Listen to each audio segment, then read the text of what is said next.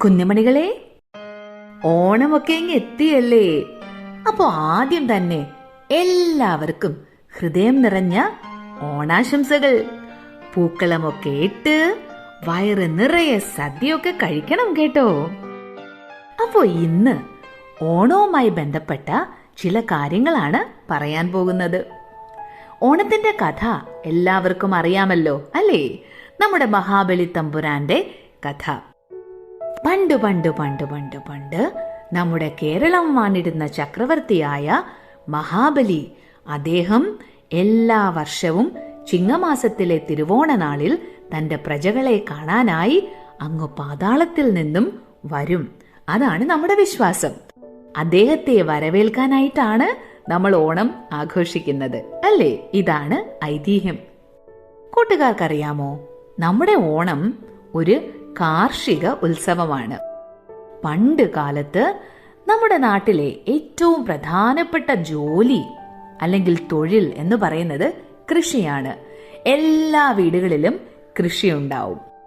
കൃഷിയുമായി ബന്ധപ്പെട്ട പ്രധാനപ്പെട്ട ഒരു ഉത്സവമാണ് നമ്മുടെ ഓണം. ഇന്നിപ്പോ സ്കൂളൊക്കെ അടച്ചു കഴിഞ്ഞാൽ പിന്നെ നമ്മൾ വീട്ടില് കുറേ നേരം TV ഒക്കെ കണ്ടും അല്ലെങ്കിൽ പുറത്ത് അച്ഛനമ്മമാരോടൊപ്പം യാത്രകൾ ചെയ്തും ഒക്കെയാണ് നമ്മൾ അവധിക്കാലം ആഘോഷിക്കുന്നതല്ലേ. എന്നാൽ വർഷങ്ങൾക്ക് മുമ്പുള്ള കുട്ടികളുടെ ഓണക്കാലം എങ്ങനെയായിരുന്നു? അതിനെക്കുറിച്ചാണ് ഇന്ന് നമ്മൾ അറിയാൻ പോകുന്നത്. ഒരു പക്ഷേ നിങ്ങളുടെ വീട്ടിൽ മുത്തശ്ശനോ മുത്തശ്ശിയോ ഒക്കെ ഉണ്ടെങ്കിൽ അവരോട് ചോദിച്ചാലും ഈ കഥകൾ നിങ്ങൾക്ക് അറിയാൻ പറ്റും. എന്നാൽ ഇന്ന് ഞാനിത് നിങ്ങൾക്ക് വേണ്ടി വായിക്കുവാൻ പോകുന്നത് വളരെ മനോഹരമായ ഒരു പുസ്തകത്തിൽ നിന്നാണ്. ഈ പുസ്തകത്തിന്റെ പേര് ഞാറ് നട്ട കഥ. PK സുധി എന്ന എഴുത്തുകാരനാണ് ഈ പുസ്തകം എഴുതിയിരിക്കുന്നത്. കേരള സംസ്ഥാന ബാലസാഹിത്യ ഇൻസ്റ്റിറ്റ്യൂട്ടാണ് ഈ പുസ്തകം പ്രസിദ്ധീകരിച്ചിരിക്കുന്നത്. ഇതിൽ മനോഹരമായ ചിത്രങ്ങൾ വരച്ചിരിക്കുന്നത് NG സുരേഷ് കുമാർ പുല്ലങ്ങടി. ഈ പുസ്തകത്തിൽ നമ്മുടെ കേരളത്തിലെ കാർഷിക ഉത്സവങ്ങളുമായി ബന്ധപ്പെട്ട ഒരുപാട് കഥകൾ പറയുന്നുണ്ട്. ഇതൊരു മുത്തശ്ശൻ കുട്ടികൾക്ക് കഥ പറഞ്ഞു കൊടുക്കുന്ന പോലെയാണ് തയ്യാറാക്കിയിരിക്കുന്നത്. അതിൽ നിന്നും ഓണവുമായി ബന്ധപ്പെട്ട ചില കാര്യങ്ങൾ മാത്രമാണ് ഇന്ന് ഞാൻ നിങ്ങൾക്ക് വേണ്ടി ഇവിടെ പറയുന്നത്. അപ്പോൾ നമുക്ക് വായിക്കാം. ഉത്രാടപ്പാച്ചിലും കുട്ടികളും. എല്ലാവർക്കും അറിയാമല്ലോ, തിരുവോണത്തിന്റെ തലേ ദിവസമാണ് ഉത്രാടം. ആ ദിവസം എല്ലാവരും വലിയ തിരക്കിലായിരിക്കും. സാധനങ്ങൾ വാങ്ങുന്നു, സമ്മാനങ്ങൾ വാങ്ങുന്നു, വീട് വൃത്തിയാക്കുന്നു, ഒരുപാട് ജോലികൾ ചെയ്തു തീർക്കാനുള്ള തിരക്കിൽ. കാരണം പിറ്റേ ദിവസം തിരുവോണത്തെ നമുക്ക് വരവേൽക്കണം. അതുകൊണ്ട് തന്നെ പണ്ട് തൊട്ടേ ഉത്രാടം എന്ന ദിവസത്തിന് വളരെയധികം പ്രത്യേകതയുണ്ട്. ഉത്രാട ദിവസം ആളുകളെല്ലാം തിരക്ക് പിടിച്ച് ജോലികൾ ചെയ്യുന്നത് കൊണ്ട് ഉത്രാടപ്പാച്ചിൽ എന്നാണ് നമ്മൾ അതിനെ വിളിക്കുന്നത്. അപ്പോൾ പണ്ട് കാലത്ത് എങ്ങനെയായിരുന്നു ഉത്രാടപ്പാച്ചിൽ? അതിൽ കുട്ടികൾക്ക് എന്ത് പ്രാധാന്യമാണുള്ളത്? നമുക്ക് വായിച്ചറിയാം. പാടത്തിൽ നിന്നും പറമ്പിൽ നിന്നും പച്ചക്കറികൾ പറിച്ചെടുത്ത് അന്ന് ഓണം ആഘോഷിച്ചിരുന്നതിനാൽ കുട്ടികൾക്ക് ഓണ ഒരുക്കങ്ങളിൽ നിന്നും മാറി നിൽക്കാൻ കഴിഞ്ഞിരുന്നില്ല. പ്രധാന കുട്ടിപ്പണികളിൽ ഓണസദ്യ വിളമ്പുന്നതിനുള്ള ഇലകൾ മുറിച്ചെടുക്കുന്നത് ഉൾപ്പെട്ടു. വാഴകൾക്കിടയിലേക്ക് കത്തിയും പാകത്തിലുള്ള ഇലകൾ താഴ്ത്തിപ്പിടിക്കാൻ ചെറിയ തോട്ട അഥവാ തോട്ടിയുമായി ഇറങ്ങും. 4 ദിവസത്തേക്ക് ഓണസദ്യ വിളമ്പുന്നതിന് ആവശ്യമായ ഇലകൾ ഒരുമിച്ച് സംഘടിപ്പിക്കണം. മുതിർന്നവർക്ക് വലിയ തുമ്പലകൾ, കുട്ടികൾക്ക് കുഞ്ഞ് നാക്കിലകൾ, അങ്ങനെ തരാതരത്തിന്. അവയുടെ എണ്ണവും തികയണം. അതൊക്കെ വിഷമമുള്ള ചൈൽഡ് ലേബറുകൾ ആയിരുന്നില്ല. ഉത്രാടത്തിന് തന്നെ ഇലകൾ മുറിച്ചെടുക്കണം. അതിന് മതിയായ കാരണങ്ങളും ഉണ്ടായിരുന്നു. മാവേലി പ്രജകളെ കാണാൻ എഴുന്നള്ളുന്ന നേരമാണ് ഓണം. അപ്പോൾ നമ്മൾ പണിയും ബദ്ധപ്പാടുകളുമായി വിയർത്തിരിക്കാൻ പാടില്ല. ഇവിടെ അപ്പടി കഷ്ടപ്പാടാണ്. മഹാബലി ചക്രവർത്തിക്ക് അങ്ങനെ തോന്നിയാലോ? അതിനാൽ ഓണത്തിന് പണികളൊന്നുമില്ല, അവധിയും ആമോദവും മാത്രം. മറ്റൊന്ന്, ഓണനാളിൽ ചെടികളെ പോലും വിഷമിപ്പിക്കാൻ വയ്യ. വാഴയും മാവേലിയുടെ അരുമ പ്രജയാണ്. തിരുവോണത്തിന് കൈമുറിഞ്ഞ് കറയൊലിപ്പിച്ചു നിൽക്കുന്ന വാഴയെ തമ്പുരാൻ കണ്ടാലോ? മോശമല്ലേ? അതിനാലാണ് ഉത്രാടപ്പാച്ചിലിനിടയിൽ തന്നെ ഇപ്പണിയും ഉൾപ്പെട്ടത്. ഉത്രാട സന്ധ്യയ്ക്കാണ് അടുക്കളയിൽ നിന്നും വിളി വരുന്നത്. അതിങ്ങനെയാവാം: അയ്യോ, ഞാൻ ചേമ്പ് മുട്ട എടുക്കാൻ മറന്നേ. മൺവെട്ടി എടുത്തു വരുമ്പോഴാവും അടുത്ത ആവശ്യം. എന്നാൽ 2 ഇഞ്ചി കൂടി തോണ്ടിയെടുത്തോ. ഒരു ചേമ്പിന്റെ മൂടോ 2 ഇഞ്ചിയുടെ ചുവടോ തോണ്ടി പരതുന്നത് അതൊന്നും ആനപ്പണികളായിരുന്നില്ല. ഓണ ദിവസം കാലികൾക്ക്, അതായത് നമ്മുടെ പശുക്കൾക്ക് പുല്ല് പറിക്കാനും പാടില്ല.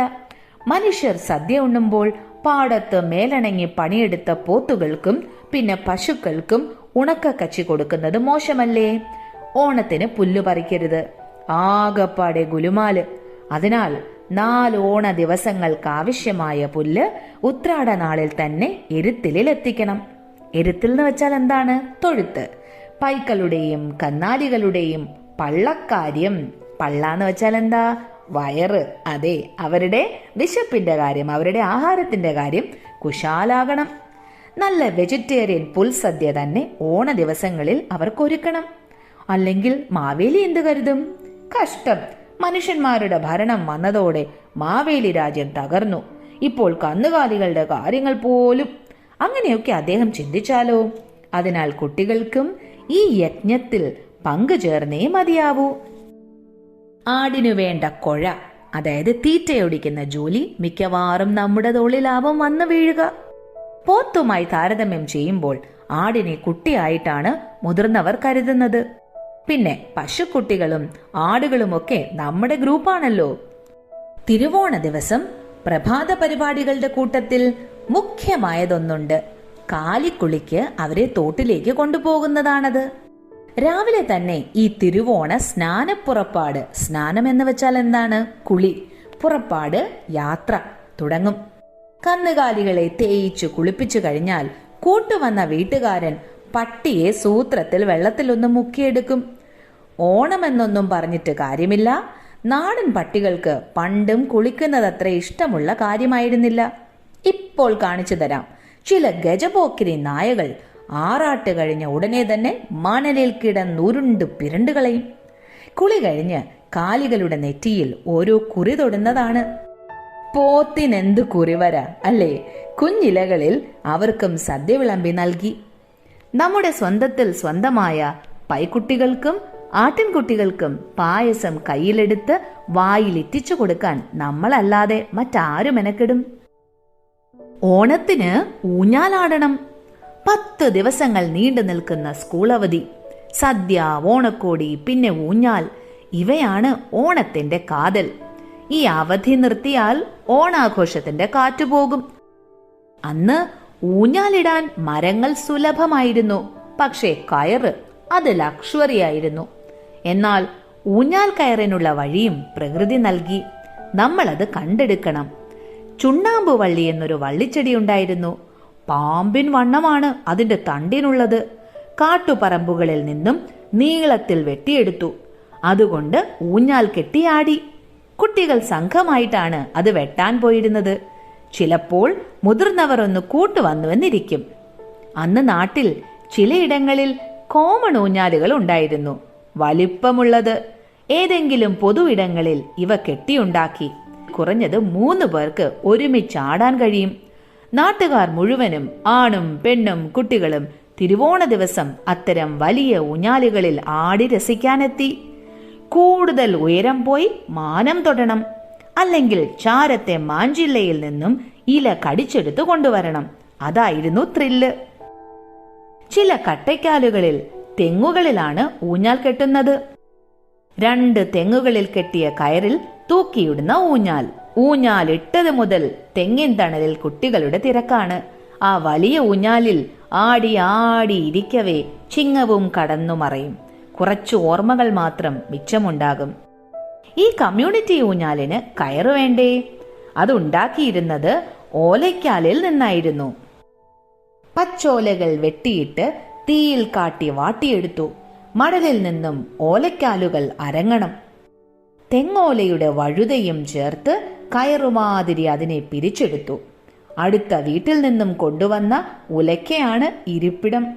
ഒരേ സമയം 3-4 പേരെ ഇരുത്താൻ ഉലക്ക തന്നെ വേണം. പിന്നെ അതിലിരിക്കാനുള്ള ഒരുമയും. ഇനി ഊഞ്ഞാലാട്ടമാണ്.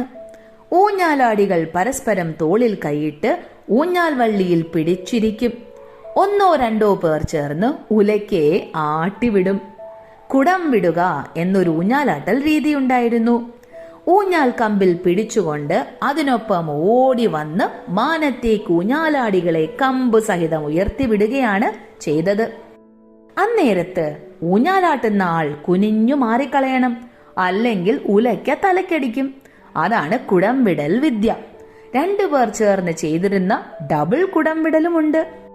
നല്ല അഭ്യാസികൾ കരുത്ത് കാണിക്കാൻ ഊഞ്ഞാൽ കമ്പിൽ എഴുന്നേറ്റ് നിന്ന് ആയമെടുത്ത് സ്വയം മാനത്തേക്ക് ഊഞ്ഞാലോടിച്ചു. മറ്റാരുടെയും സഹായം തേടിയില്ല. ഇതിനെ തൊണ്ടൽ വെട്ടുക, ചില്ലാട്ടം എന്നും വിളിച്ചിരുന്നു. ഇരുമിത്രങ്ങൾ മുഖത്തോട് മുഖം നോക്കി നിന്ന് ഡബിൾ തൊണ്ടൽ വെട്ടലുമുണ്ടായി. അഭ്യാസങ്ങൾക്കിടയിൽ താഴെ പോയവരുടെ എണ്ണവും കുറവായിരുന്നില്ല. ഓണം കഴിഞ്ഞാലും ആടാൻ ആളില്ലാതായാലും ഊഞ്ഞാൽ അവിടെയുണ്ടാവും. തീരെ ഉണങ്ങിക്കഴിയുമ്പോൾ അത് പൊട്ടി വീഴാൻ സാധ്യതയുണ്ട് എന്ന തോന്നൽ വരുവോളം ഈ പ്രകൃതി സൗഹൃദ ഊഞ്ഞാൽ ആരുമില്ലെങ്കിലും കാറ്റിൽ ആടി നിന്നിരുന്നു. കയറു വെട്ടി മുറിച്ചിട്ട് ഉടമ തന്റെ ഉലക്കയെ എടുത്തുകൊണ്ട് പോയാലും ഓർമ്മക്കാറ്റേറ്റ് മൃദുവായി അതവിടെ അനങ്ങിക്കൊണ്ടിരിക്കുന്നതായി തോന്നും. ഓണം ഓർമ്മകളാണ് ഇപ്പോൾ പങ്കുവച്ചത്. ഞാറ് നട്ട കഥ എന്ന PK സുധി എഴുതിയ പുസ്തകത്തിൽ നിന്നും. ബാലസാഹിത്യ ഇൻസ്റ്റിറ്റ്യൂട്ടിൽ നിന്നും ഈ പുസ്തകം നിങ്ങൾക്ക് വാങ്ങാം. പണ്ട് കാലത്തെ കുട്ടികളുടെ കുഞ്ഞു കുഞ്ഞു ജോലികളെ കുറിച്ചൊക്കെ മനസ്സിലാക്കുകയും ചെയ്യാം. അപ്പൊ എന്റെ കുഞ്ഞുമക്കള് വീട്ടിൽ അച്ഛനമ്മമാരോടും മുത്തശ്ശനോടും മുത്തശ്ശിയോടും ഒക്കെ ചോദിക്കണം കേട്ടോ, അവര് ചില്ലാട്ടം പറഞ്ഞിട്ടുണ്ടോ, ചുണ്ണാമ്പ് വള്ളി കൊണ്ടുള്ള ഊഞ്ഞാലിലിരുന്ന് ആടിയിട്ടുണ്ടോ, കാലിക്കുളി നടത്തിയിട്ടുണ്ടോ, ഇക്കാര്യങ്ങളൊക്കെ. ഒരിക്കൽ കൂടി എല്ലാവർക്കും സ്നേഹം നിറഞ്ഞ ഓണാശംസകൾ.